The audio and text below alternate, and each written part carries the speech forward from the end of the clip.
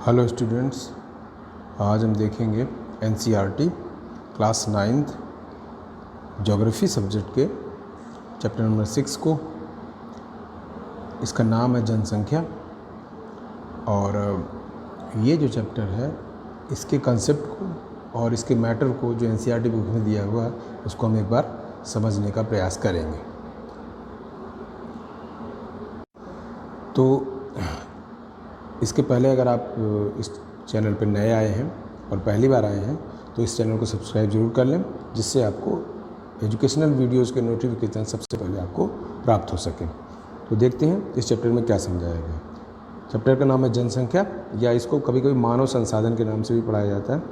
जनसंख्या बेसिकली इंसानों की यानी जनगणना के बारे में ये बात है, लोगों की संख्या। तो इस पार्ट में जो कहा गया है कि जो भी प्राकृतिक संसाधन हैं उनका उपयोग करके उनको संसाधन के रूप में बनाने का काम मनुष्य करता है। मानव रहित विश्व की कल्पना आप नहीं कर सकते। तो इसी पार्ट में इसमें कब समझाया गया कि जनसंख्या से संबंधित 3 प्रमुख प्रश्नों पर विचार करेगा। इस चैप्टर में क्या क्या 3 प्रमुख प्रश्नों की बात करिए। ये 3 मुद्दे हैं और इन्हीं के आधारित आपको ये मैटर समझाया गया है एनसीईआरटी में, और इन्हीं के आधार पर कोई क्वेश्चन आंसर पूछे जाते हैं। जनसंख्या का आकार एवं वितरण, लोगों की संख्या कितनी है, वो कहाँ रहते हैं। जनसंख्या वृद्धि एवं जनसंख्या परिवर्तन की प्रक्रिया, समय के साथ जनसंख्या में वृद्धि और उसमें क्या परिवर्तन हुआ है, कहीं बढ़ी हुई है कहीं कम हुई है, इससे शिक्षा का स्तर क्या है, ये सब चीज़ें भी इसमें आती हैं।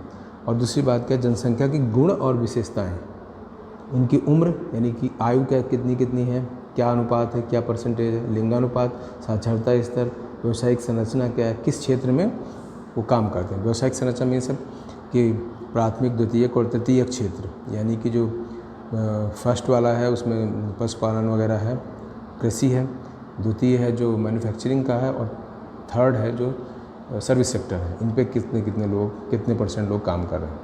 तो देखिए जनसंख्या का आधार क्या है, जनगणना है, जो कि हुई थी भारत की जनगणना, पिछली जनगणना हुई 2011 में, और अगली जनगणना 10 साल बाद होती है। तो कब होगी, 2021 में।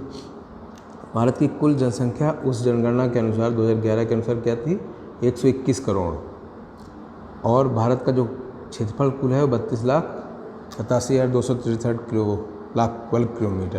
तो उसके आधार पे ये समझाया गया।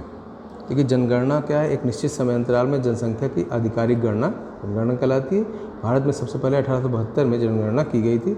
हालांकि 1881 में पहली बार संपूर्ण जनगणना की जा सकी और फिर उसके बाद नियमित जनगणना शुरू हो गई है।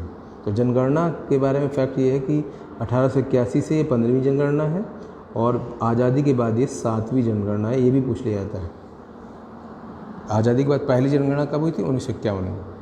इस तरह से इसको हम देख सकते हैं।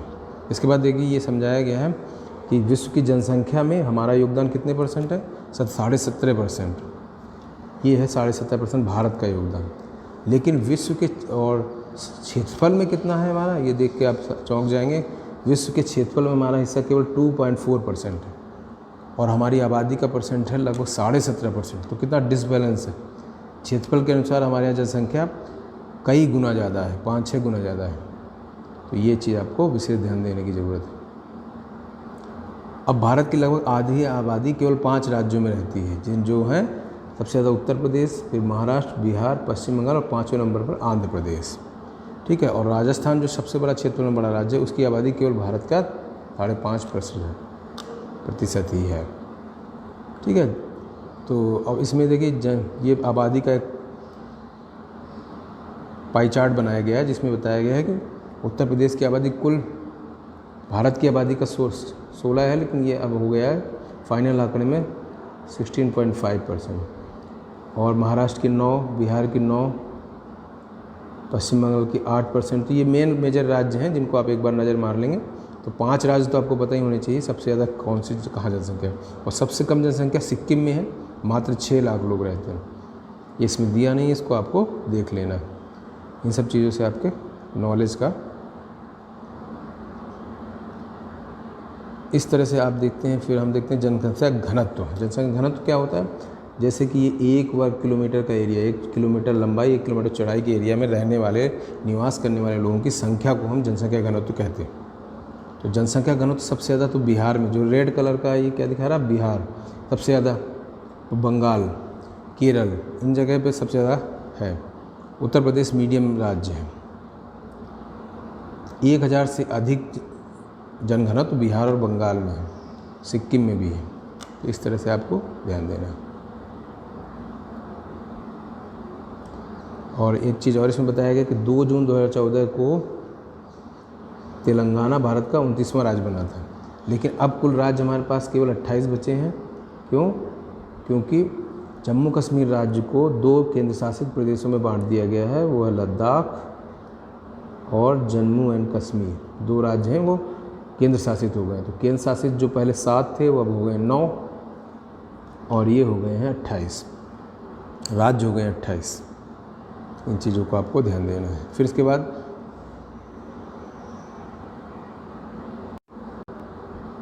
हम देखते हैं जनसंख्या वृद्धि और परिवर्तन की प्रक्रिया के बारे में। जनसंख्या परिवर्तनशील प्रक्रिया है और इसमें 3 प्रक्रिया होती है, जन्म, मृत्यु और प्रवास। प्रवास मतलब एक जगह से दूसरी जगह बस जाना। इनकी वजह से जनसंख्या घटती या बढ़ती है। अब देखिए यहाँ पे समझाया गया है कि सन दिए हुए हैं एक तरफ और एक तरफ दिया गया वृद्धि दर। तो 51 से लेकर 61 के बीच में वृद्धि दर कितनी थी? 21.64 थी। आज की डेट पे कितनी है? 17.64। थोड़ा कम लग रही है, लेकिन आपको ये पता होगा कि 1961 से 71 के बीच में ये बढ़ी भी थी और 24 हो गई थी। इसके बाद निरंतर कम होती चली गई, इस चार्ट में दिखाया। लेकिन संख्या के आधार पे ये कम नहीं है, संख्या बहुत है। इसके बाद देखिए ये दिखाया गया है कि भारत की कुल जनसंख्या देखिए निरंतर बढ़ी है, वृद्धि दर कम हुई लेकिन जनसंख्या बढ़ी। कैसे? 1901 में केवल 23 करोड़ लोग थे, अब 1951 में आज़ादी के आसपास 35-36 करोड़ लोग थे, 36 करोड़ थे, और आज के समय में 121 करोड़ हो गए हैं 2011 में। अब 2021 आने वाला है तो कम से कम इसमें जो वृद्धि हुई होगी 15 करोड़ की तो हो गई होगी। तो ये कम से कम जो है आपको 140 करोड़ के आसपास मिल सकती है। अब 10 की वृद्धि दर, जनसंख्या वृद्धि में वृद्धि दर का परिमाण और दर पूछा गया है। तो जो वार्षिक दर है वो 1.64 है 2011 में। ये भी कभी कभी प्रश्न पूछ लिए जाते हैं। और 6 नंबर पेज में आयु संरचना के बारे में बताया गया है कि आयु कैसे है। देखिए 15 वर्ष तक के लोग बच्चे कहलाते हैं, सामान्यतः 15 वर्ष से 14 वर्ष तक के बच्चे कहलाते हैं, 0 से 14, वयस्क 15 से 59 वर्ष तक, और वृद्ध 60 से लेकर ऊपर वाले वृद्ध कहलाते हैं। तो ये जो है इसमें कार्यशील जनसंख्या 15 से लेकर 59 वर्ष तक की होती है। अभी देखिए भारत में उम्र संरचना कैसी है, ये बहुत इंपॉर्टेंट है, इसको आप समझ लें। भारत में उम्र संरचना ये है कि वयस्क यानी कि 15 से लेकर 59 साल, सबसे ज़्यादा लगभग 59% तो वयस्क ही हैं। वृद्ध बहुत कम है 7%, 6.9, और बच्चे 34.4%, यानी कि बच्चे और वयस्क बहुत ज़्यादा हैं। केवल 7% लोग वृद्ध हैं, यानी 60 साल की उम्र। इसीलिए हमारे देश को बोलते हैं 2020 में विश्व का सबसे युवा देश कौन सा है, क्योंकि हमारे बच्चे और वयस्क लोग 60 साल से कम उम्र के लोग बहुत ज़्यादा हैं। वो लगभग 93% लोग तो युवा हैं। युवा मतलब कार्यशील जनसंख्या है।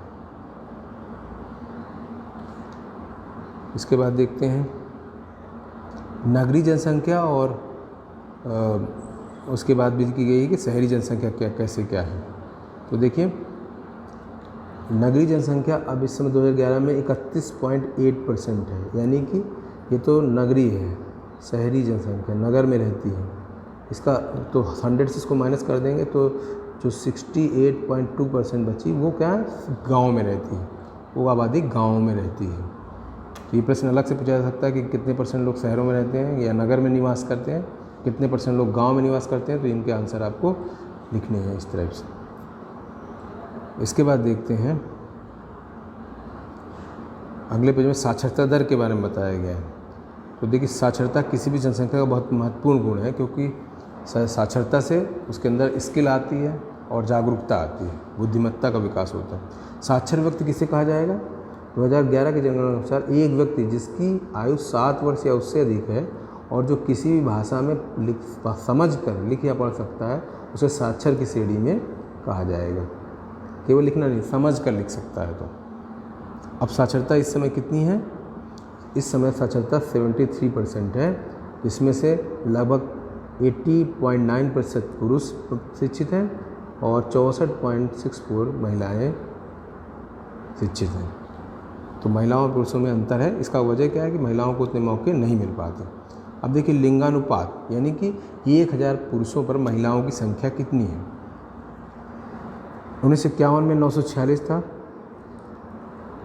1951 में 946 था और 2011 में 943 है। लेकिन इसमें एक ख़ास बात है कि लगभग 2001 से 1991 से बढ़ता चला आया, निरंतर बढ़ रहा है। तो ये एक अच्छी बात है।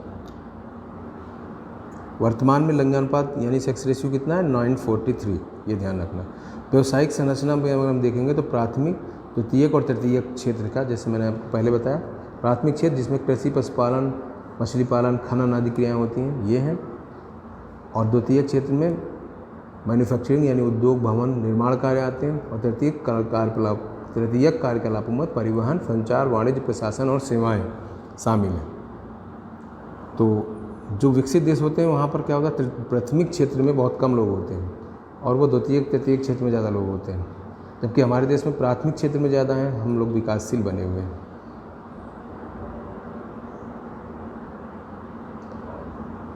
देखिए एक फैक्ट और बताया गया है यहाँ पर कि केरल में प्रति 1000 पुरुषों पर महिलाओं की संख्या सबसे ज़्यादा 1084 है और पांडिचेरी में ज़्यादा, जबकि दिल्ली में सिर्फ 866 हैं और हरियाणा में भी लगभग और भी कम है। तो इस तरह से हम इसको समझ सकते हैं। अब देखिए इसमें ये तो हमने समझ लिया। इसके बाद देखिए हम क्या समझ, व्यावसायिक संरचना समझ रहे थे। तो कितने % लोग कहाँ क्या काम करते हैं ये देखिए। भारत में कुल जनसंख्या का 64% तो केवल कृषि कार्य में लगा हुआ है, यानी कि बहुत बड़ी जनसंख्या कृषि में लगी हुई है। ठीक है, तो इस तरह से। और केवल जो है मैन्युफैक्चरिंग में 13% और तृतीयक क्षेत्र में 20% ही केवल है। ये इंपॉर्टेंट चीज़ है, इसको समझ लेना है आपको। अब स्वास्थ्य की बात हो रही है तो स्वास्थ्य मीन्स होता है कि जो मृत्यु दर और जन्म दर की उसकी क्या है, औसत आयु कितनी है। तो मृत्यु दर जो घटकर इस समय कितनी है, 7.2 है और औसत आयु जो कि 1951 में 36 वर्ष के करीब थी, वो 2012 में बढ़कर 68 वर्ष के करीब हो गई, 67.9। तो ये एक विशेष फैक्ट है, यानी कि औसत आयु बढ़ गई क्योंकि लोगों के इलाज मिल गए हैं और उसकी वजह से उनका जीवन प्रत्याशा, लाइफ एक्सपेक्टेंसी बढ़ गई है। इसके बाद राष्ट्रीय जनसंख्या नीति कब लागू की गई है, वो है 2000 में। इसके पहले व्यापक परिवार नियोजन कार्यक्रम शुरू हुआ था 1952 में। किशोर जनसंख्या यानी जो आप लोगों की उम्र की बात इसमें की गई है 9th के बच्चों की, वो 14 साल से 12 से लेकर 18 के बीच में किशोर अवस्था मानी गई है। तो इस पार्ट को हम जो बेसिक चीज़ें हैं उनको हम समझ लेते हैं। समझ लिया हमने इसमें। अब इसके क्वेश्चन आंसर की तरफ हम चलेंगे, क्वेश्चन आंसर हम करेंगे। और इसके पहले मैं आपसे एक प्रश्न पूछूंगा कि भारत की कुल जनसाक्षरता कितने प्रतिशत है। ये आप इस वीडियो में समझाया गया, उसको देख के आप इसको बताएं कि कमेंट करें कि भारत की साक्षरता दर वर्तमान में 2011 के अनुसार कितनी है। तो ये थे NCERT बुक्स का मैटर और उसका कंसेप्ट। अब है क्वेश्चन आंसर, जिसके लिए हम एक सेपरेट वीडियो बना देंगे। तो वो वीडियो आपको जल्दी ही आपको मिल जाएगा, प्लेलिस्ट में अवेलेबल हो जाएगा। तो आज की वीडियो के लिए इतना ही। वीडियो देखने के लिए आप सबको बहुत बहुत धन्यवाद। Thank you very much to all.